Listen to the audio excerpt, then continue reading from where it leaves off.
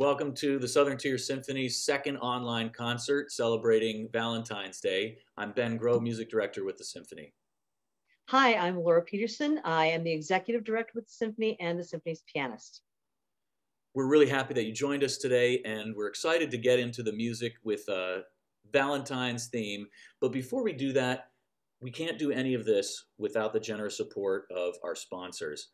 And this program is brought to you by Casey, Hallwig, and Hartle Funeral Home, Fox Financial, Beef and Barrel, Worth W. Smith Hardware, Olean Area Federal Credit Union, Kevin's Custom Creations and Repairs, the Olean Medical Group, and the Olean Teachers Association.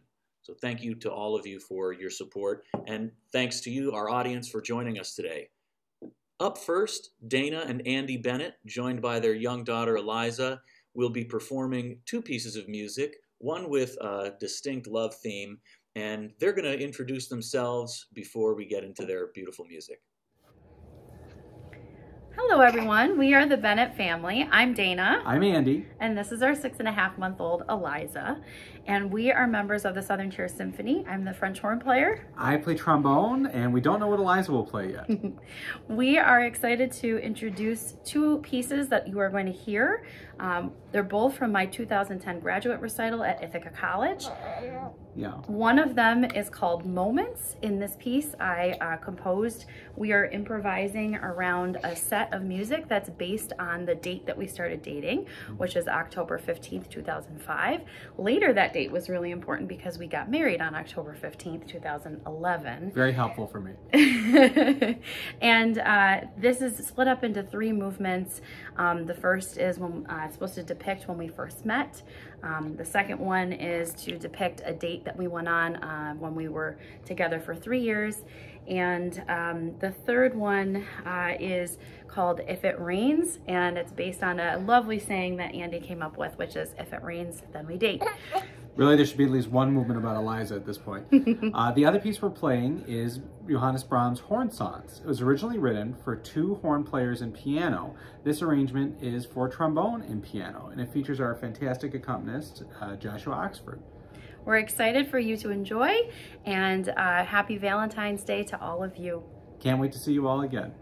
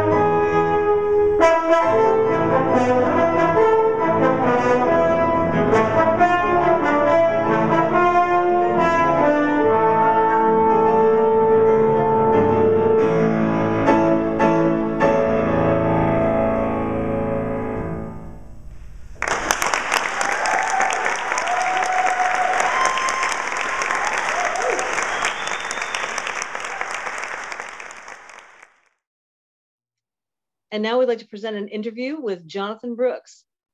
Jonathan is a Bradford High School alumnus who has gone on to become a music educator. Jonathan teaches in Poplar, Montana. You know Jerry Harvey, one of our board members with the Southern Oh, Two. yeah. Very well. And what brought you to Bradford? My dad at that time worked for the YMCA, and he was the executive director of the YMCA in Bradford. I take it you went through high school in Bradford once you got there. Yeah. Then I took piano lessons all the way through high school with Mrs. Harson, Debbie Harson. I know her. She's in town. So how did you know then that you wanted to pursue music in college and then as an adult going after that? I didn't really realize it until grad school. We talk about flow. If you ever heard of flow. Yeah. I think it was this getting into a state of flow, and that's the way it was with our college choir. It just clicked, like he could move, and we know exactly where to move and how he moved, and knew just exactly what was going on, and we were just in the moment. Nothing really else mattered. And I got that feeling in high school too, especially I think with the choir. It wasn't really about what piece we were singing. It was just that we were doing it together, and we felt it. It wasn't actually just notes on the page or the words. I mean, all that stuff was there, of course, but it was just more of the feeling of just the music moving you. And never really felt that way in anything else. That's why brought us all to music, isn't it? That feeling of when everyone's inspirations and souls, I guess, if you will, swirl together and create that feeling, and hopefully give some piece of that to the audience too, and connect them to that feeling that everyone has on stage. And that's what I try and instill in my kids, today and in the past. Maybe I was successful sometimes, but. So let's jump to today now. You ended up in Montana, is that right? I was just looking online, went to the NAFME website. At the time, I think it was MENC. Went to their national postings, and up pops Bozeman, Montana. And I'm like, I thought Montana was, lots of forest and trees. And I'm like, okay, that sounds pretty cool. And so I got the face-to-face interview and nailed it. And they called me a couple days later, offered me the job. I was the high school choir director, and there was a 650 kid program with 6 choirs. And they were just, they'd be singing 6-part, 8-part stuff in their audition choir, and they had like a jazz group vocal. And so I jumped at it. And so I went to Bozeman and did that for a year, and that was great. Then reposted my resume online and got a call from the guy up here, and he said, "Hey, looks like you're looking for a job." And I'm like, "Yeah." He's like, "Well, come on up." So I went up to Poplar, and it's on the reservation, and it's a much smaller reservation than Salamanca. I think there's like our total school K through 12 is 900, and like there's only like maybe 2,000. No, there's less than 2,000 people in the town. It's tiny. Well, these students, it sounded like were starting from beginner level or starting from zero on instruments. You hadn't had a band program before, so you're not only teaching the class but also teaching the instruments from scratch, right? Oh yeah, and we it was funny. The second or third year, the program or the activities director came to me and said, because my band was really young, there's no way they could play at games. It'd be like playing Mary Had a Little Lamb at a game. That's ridiculous. So she came to me after the basketball season, and she's like, "Mr. Brooks, would it be possible next year to have a pep band or something? Even a drum line would work." And I'm like, "Well, if you're willing to buy me drums, I'll have a drum line." And she said, "Get me a quote." And so I gave her a quote, and I got a drum line the next year. Wow. And the drum line has been getting perfect scores at districts and like maybe 1 point off perfect scores at the state level. And we've been playing at the games. We've actually been on the news a couple times for playing at the bigger games. And the band's, doing pop songs now too, just like a regular pep band. And so it's going pretty good. Every year they get a little bit better. They play something more difficult, they play something cleaner, they become more musical. But so every year, maybe baby steps, but every year it gets a little bit higher. That's great. That's the kind of reward that I'm sure helps motivate you as the teacher and also keeps the kids coming back too. I've been to Montana once because a friend of mine has an artist's refuge just north of Great Falls in the Lewis and Clark forest. and it's called Artist Refuge at Thunderhead. So I went there for about a month, I think 7 years ago or so, and was amazed at the landscape in Montana and the natural beauty, the wildlife. I admit I didn't really do much music stuff while I was there, besides my own practice. I wasn't involved in Montana's music scene, but I sang in the Bozeman Symphonic Choir when I was there, and so we did some stuff with their orchestra. And they had a great director at the time, and I'm sure the guy there is now is very good too. And they had, it's a top notch group. They're really very good. Unfortunately, you saw probably the western side of Montana, and you didn't come to the eastern side of Montana where there's nothing. It's just flat and fields, and that's it. No trees, no big mountains. It's just flat. In the town of Poplar, especially during COVID, like last summer was the first time I spent in Poplar all summer. We usually have a Wild West Days festival. Well, it's canceled. Summer school was canceled. It was kind of rough, but yeah, the western side and the eastern side are completely different. Completely different. Like in February, it usually gets to be 40 below zero without the wind chill. Like I've had car problems every single year, even when I plug, like, because everybody's got plugs on their cars, so you plug them in to keep the gas from freezing, oil. Finally, this year I have a garage that's heated, so I shouldn't have any car problems. But yeah, it's cold, really cold. Yeah. well, if you ever come back to the region, look us up. We'd love to have you come check out one of our concerts and Yeah. who knows, maybe play the Camille Saint-Saëns Organ Symphony. I don't know how good my chops are. My feet aren't that good anymore. Well, John, thanks so much for talking with us. You have a really interesting story, and it's been interesting to trace your beginnings back in the Southern Tier area to where you are now. And I'm sending you the best of luck pulling Thanks. through COVID, and I'm really pleased to hear what you've done with your students there. Well, I'm glad to do it. I hope I answered all your questions, and yeah, have a good night. You too. Take care. Take care. Bye. Continuing with our Valentine's Day theme, next up we have Summertime, an arrangement by our late founder John Whitney, performed by his wife Kim Whitney and our executive director pianist Laura Peterson.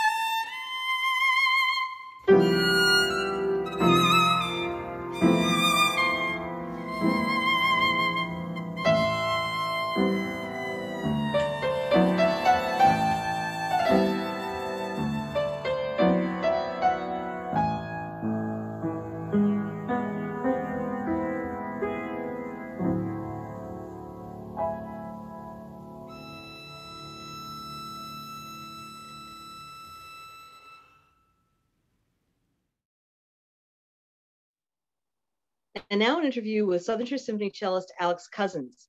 Alex has played in the orchestra for several years, along with his father, Mark, who plays the bass. Alex is one of our younger members and is just beginning his career. Hi, Alex. Good to see you. Hi, Ben. Nice to see you as well. So I wanted to speak with you because we've been talking about different ways our musicians are making their livings, the different parts in their career that they're in. And I thought you had an interesting story because your dad, Mark, has been playing with the Southern Tier Symphony for a long time. And you joined us, I think, on maybe my very first concert. And I've seen you a few times since then as well before you went off to grad school. And I just wanted to talk about those first moments with the Southern Tier Symphony, the fact that you get to play in an orchestra with your father. That's something that's got to be kind of cool. Sure, definitely. Well, going back to the first few moments of Southern Tier Symphony was actually in 2014. I don't think we knew each other at that point yet, but I came in to play a Christmas Pops concert. What about the experience of playing with your dad in the same ensemble? Is that something you do a lot in other places as well? Absolutely. My dad and I have been playing together since I started my musical journey. And he's been with me since the beginning. We've done a variety of different configurations, like a lot of duets. But also, in addition to the orchestral work that we do together in the orchestra, he plays jazz and a lot of other alternative cross-genre world music projects, and I've been fortunate to be featured on some of those. And we're actually going to be going into the studio soon, hopefully when it's safe, with his current group French Connection. You can check them out on Facebook. And I'm going to hopefully be on a few tracks. So yeah, we do a lot when we're home together. I love that. That's something that's amazing to see when a family can do music together. And I know a lot of people in different chamber groups and people who've played together for a long time feel like a musical family, but you get to have the actual family be part of it too. That's nice. Yeah, it's a special connection for sure, Ben. So. Some string players begin when others still need to tie their shoes, and you know they can't even form full sentences. And you began as a young adult. What was your involvement in music before that? It must have had some meaning in your life before you took up the cello itself. Yeah, definitely.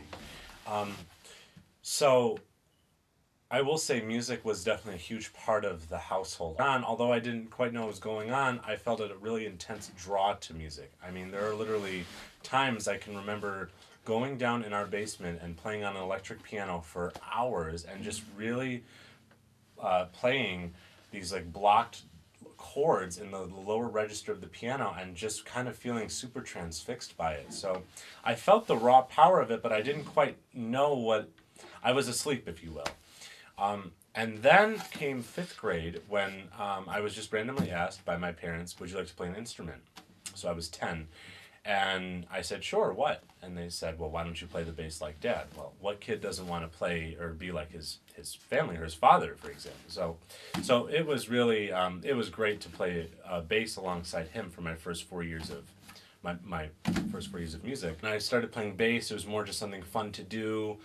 But then when I was 14, things really shifted for me. I was lucky to have a pretty strong music program growing up. And we had a very passionate orchestral director, Deborah Remsen. I don't know if anyone in the Olean area knows that name at all, but she really inspired just about everybody with her just love and infectious passion and very high standards of music making. And I kid you not, there was one day during 8th grade where I feel like I just woke up. And I feel like I really could feel music's raw emotional power for, I guess, the first conscious time. I don't know, it's kind of a strange thing to say, but I could literally feel like a switch was turned on. And then the cello came in shortly after. So take me beyond that moment now in the last years of high school, deciding to pursue music as a performer, where you went to school, the decisions you made regarding where you went to school and with whom you wanted to study, as well as maybe finishing sort of where we are now in this crazy time for all musicians. Yeah, and it is a crazy time. for the last 3 years of my undergraduate work, I went to SUNY Fredonia with Natasha Farney, who I met in high school. And Natasha really brought me up. What really was the best part of Fredonia was, for me, feeling that I got a really good overall education and went off to graduate school at the Peabody Institute in Baltimore. I studied with Alan Stepanski, who was the ex-principal cellist of the New York Philharmonic. I will say graduate school was very influential, and there was many big revelations. Yeah, I would say that the graduate work was more where I really completed the journey of mastering the cello, and the undergraduate work was a great, well-rounded but very important milestone. I did a lot of non-classical music electives. I did improvisation. I had a fantastic conductor I worked with in the orchestral program. So it was a great education. That's an interesting story, and it takes us to, I guess, the present day now. You've finished both your undergraduate training as well as grad school, and are on the precipice of beginning your career in earnest now. What do you envision for yourself? What are some goals that you are shooting for? And I guess, what are your reactions to the current moment we're in with the COVID crisis regarding performance and arts in general, and what it means to consider those things as you begin what already for most people is a crazy career path? Sure. Well, let's maybe talk more about the times we're in right now for the performing arts. A very strange time, as we all know. A lot of people I know are kind of disillusioned a bit right now. It's hard for everybody because as performers, for me personally, we really value the connection between us and the public.